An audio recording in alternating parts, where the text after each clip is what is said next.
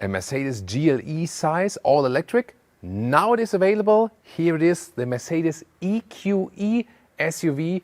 The first time here, a full-size SUV, all electric by Mercedes. A little bit smaller, of course, than the EQS SUV. And we'll tell you all about it here with Thomas and Autogefühl for you. This one here is the EQE 53 AMG, so that sporty AMG version. Solid blue is the interesting color, and here the front grille of the AMG version has these vertical fins. There will be a 43 and a 53 version, then with horsepower difference. And you can see it's all the way closed and has a seamless integration into the headlamps. LED is standard for all EQE SUV, and here the digital light with elaborated high beam function is already standard for that AMG version. In this video here, we will also show you the normal Mercedes version as the EQE 500, and then you can compare both the AMG and the normal Mercedes model. All new AMG models have the new or updated AMG logo here on top of the hood.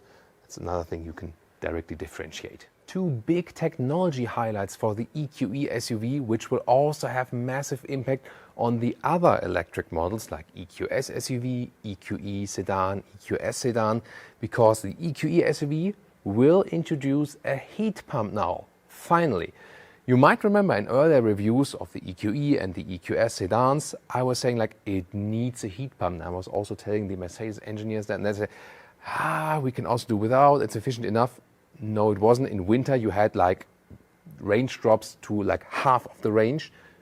That will be history now, I hope, because this is now featured with a heat pump as standard equipment.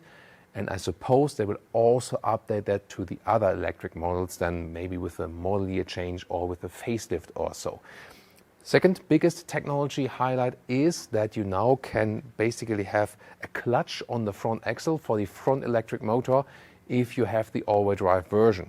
So the thing is, there is no mechanical link between the front and the rear axle. However, the motors are always running basically, and so when you are in a rolling effect, there is still some resistance. Now you can basically pull a clutch, that's done automatically, and then there's less rolling resistance when the car is just rolling.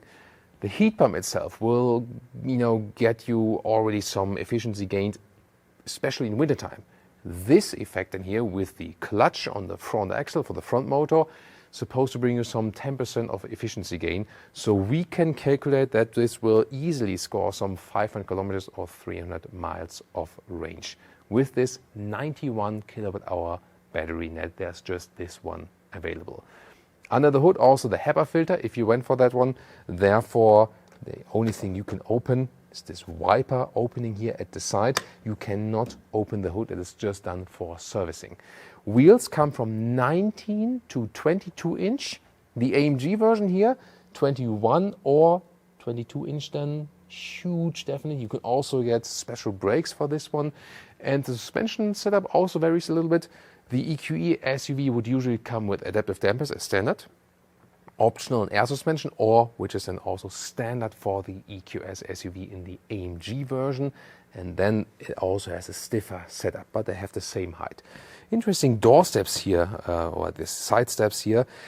You might think, that's less efficient. No, it's actually better for the wind coefficient, because in the lower part underneath there's kind of like a curve, which is also then directing the wind stream to the back, and that is actually increasing efficiency. Very interesting. The length here overall is 4.86 meters or 191 inches, and that means lengthwise, if you take a big comparator, the BMW iX, lengthwise it's basically that the iX sits between the EQE SUV and the EQS SUV lengthwise.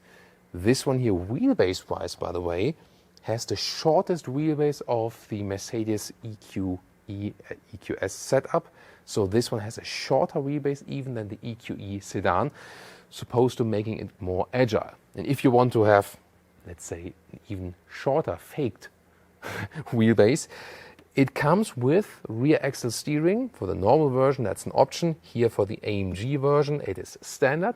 The only difference is the AMG version has wider tires, and that means 9 degrees of rear axle steering, whereas the normal EQE SUV, the Mercedes setup, has 10 degrees of rear axis steering, where the rear wheels can turn in the opposite direction than the front wheels, faking a shorter wheelbase, more agile when it's driving slower, more stability when it's driving faster, and of course massively reducing the turning circle by more than a meter. Fun fact, if you forgot your hair comb and you're on the way, you can just put your head underneath the vehicle here in the front. Then you have these individual short fins, or it's maybe like crocodile teeth.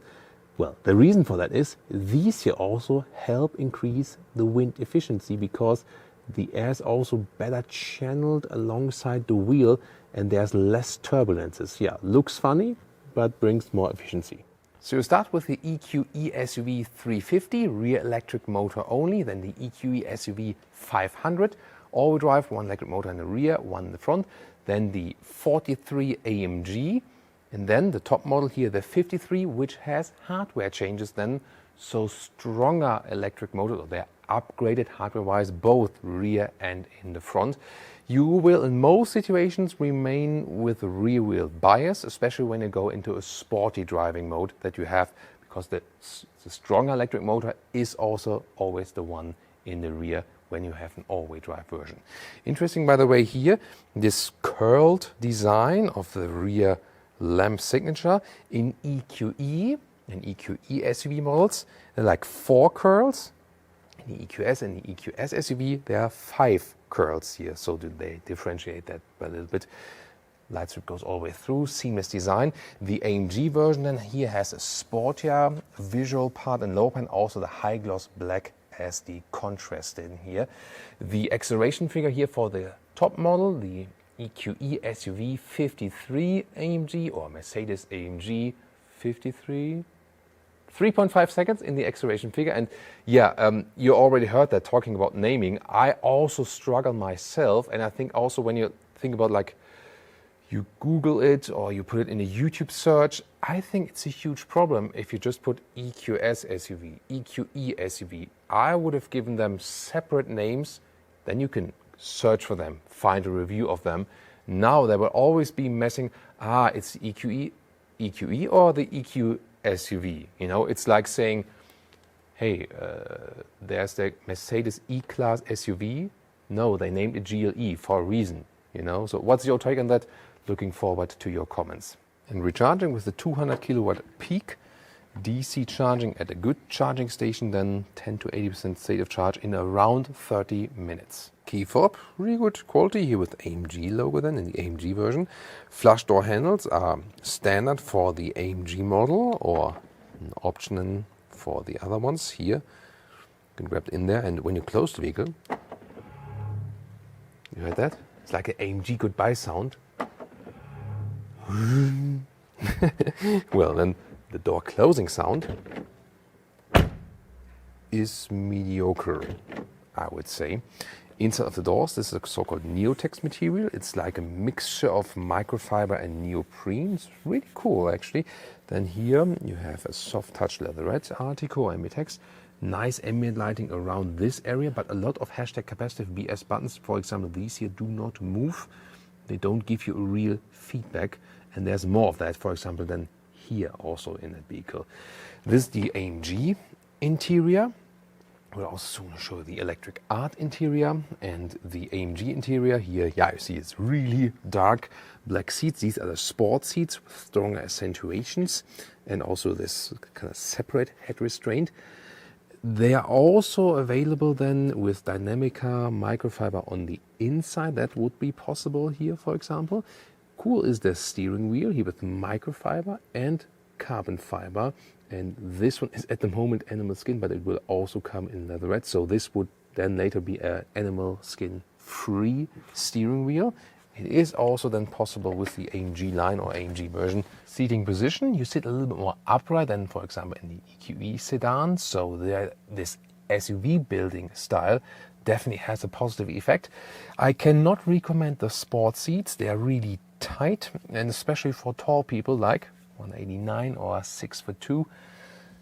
There is enough headroom left, yes, but you somehow feel caged in and not in a good way by the seats. So the seat ergonomics is something which Mercedes has to work on at this moment for their new models. Here the interior, you can very well see this hyper screen.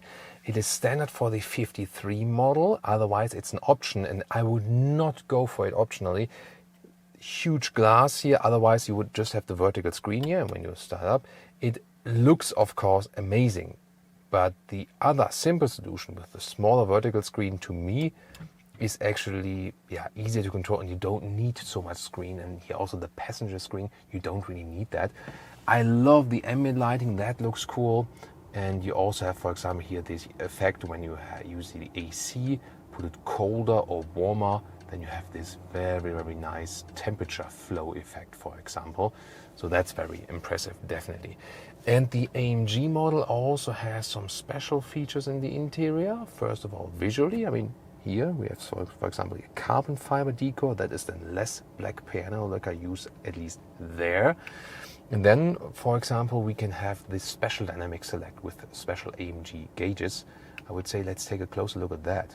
So here in this screen, this performance gauge, we can see electric motor visualization, for example, the energy flow, here the battery pack in the centralized vehicle, newton meters of torque, RPM, here like, how the car is leaning and so on. The AMG version has in the 53 an anti-tilt control as well. That's interesting. And there are the driving modes, and for example, from comfort to sport, then you have more power on the rear electric motor. You hear this subtle growling. You can hear it on the interior and the exterior as well. So sound emulation then here for this vehicle. And another interesting feature is the IWC digital analog clock. Let's take it that way. It looks really interesting, and you can use the start-stop function in here, and it is just like a real stopwatch then. So yeah, it's a funny idea, isn't it? And the panoramic roof goes all the way across. You have this slider when you want to close the sunshade when it's like really hot, but it's also possible then to open it completely. However, you have this capacitive slider here, and to do that while driving is not that cool actually. So that's the way you can open it completely. That's also possible. The sunshade can also be closed with voice activation, by the way. And now as a comparison, the normal Mercedes version, so the non-AMG version, this one could be a 350 or a 500 EQE SUV. In this case, the AMG line. So that's the reason that the lower graphic here is almost the same AMG line and the 53 or 43 model, but with a different front grille here without the vertical fins, and this micro star pattern is actually an option you can go for, but very beautifully done, definitely. Light strip once again all the way through. This vehicle color here is velvet brown. It has some matte nuances there. You can see, depending on light and shadow, that it's not entirely shiny. Very interesting color, definitely, but I would always go for a very bright Thomas blue, of course. And here we also have the 22-inch wheels, so you can also have 22-inch wheels for the non-AMG versions. And once again, here in the side profile with the side step, has some design similarities with the GLA, doesn't it? When you look a little bit here from the distance. This one also with the shadow lines, so you have the black frames here around the windows and also the top of the mirror caps. So you can also mix it a little bit. So you have AMG line exterior, but it doesn't mean you have to go for AMG line on the interior. So you can vary that depending on what you like. And if you look very closely, the comparison with the AMG had the vehicle color in the wheel arches. Here we have the contrasting, more off-roadish look than here in the normal Mercedes version. So that's again, and also the matte black here, whereas in the AMG, the 53, we had the shiny black here, just as a contrast in the lower part. But I think it works in this case either way, doesn't it? The rear is, other than that, quite similar actually. And let's now take a look at the trunk. Folding the logo here, and then it's 520 liters up to 1,675. The width here, 1 meter or 40 inches. The length, a little bit less than 1 meter or 40 inches, so it's 95 centimeters here or 37 inches. And below here, there's limited space for a charging cable. You have to squeeze it in, basically. But of course, easy access, and also here there's even loading sill. The total height right here is 73 centimeters or 29 inches. Then you can see you have different folding options, and to the front seats, the total length here is about it's like 185 in meters or 72 inches. And folding this one, you can also fold this one, that is possible. And then there's also this step in between, let's take it that way. The Mercedes GLC also offers that. You can fold up this, like this, and then here you have a more upright seating position, so you have a little bit more trunk length. And now the Mercedes interior.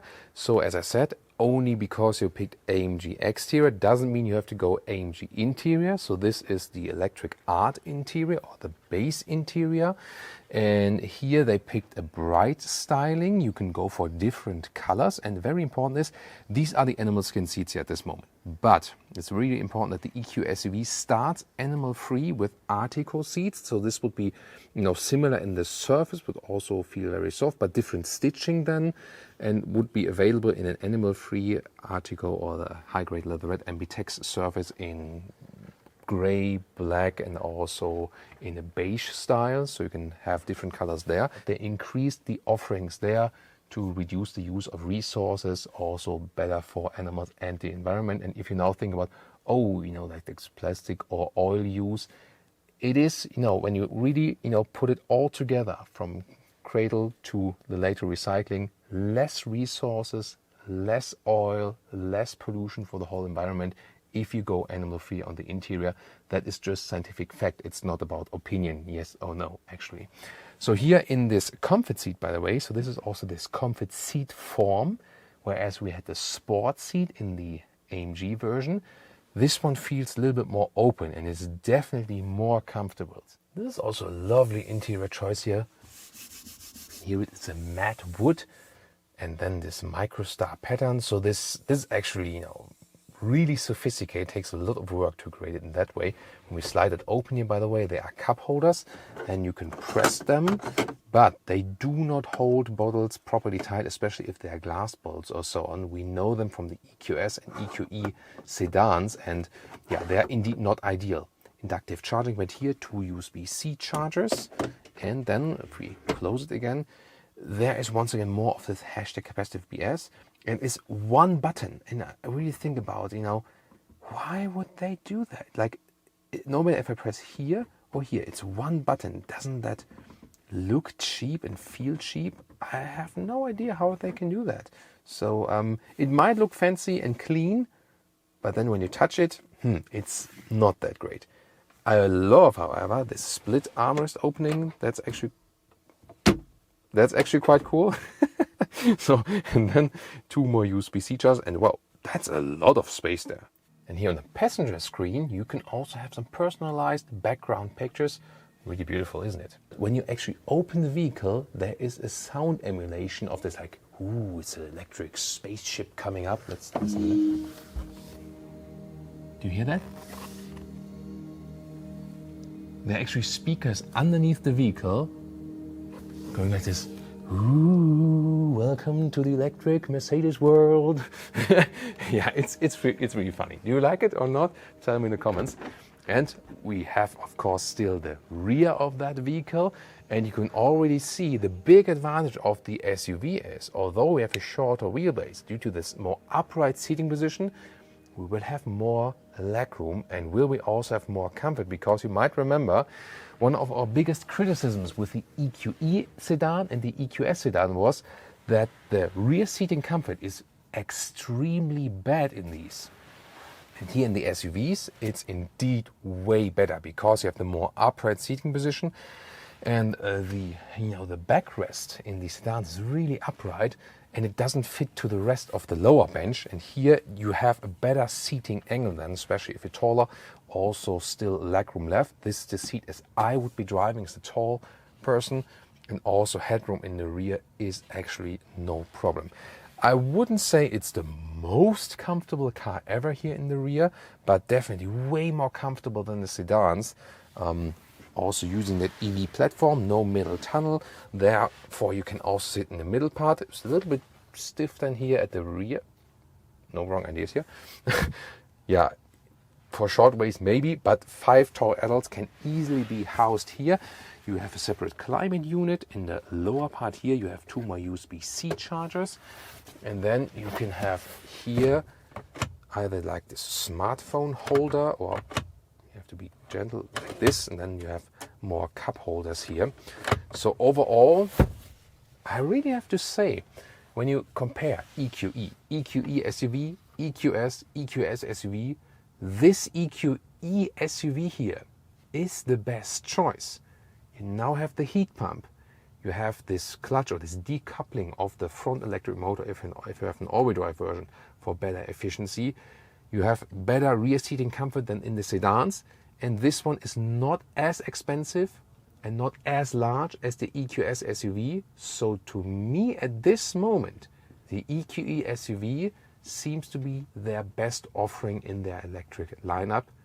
Then again, when you keep it base version, pick the animal-free seating and even steering wheel version, you have a also forward-going sustainable interior then, and can also keep the price low, leave out the hyperscreen and stuff, 8,500 euros extra. So then you can more or less have a good entry version of the EQE SUV and profit from this, increased efficiency here. If you want to see the EQE sedan, we already have a video of that. Or if you want that SUV building style electric, but just a little bit bigger, check out our video of the EQS SUV.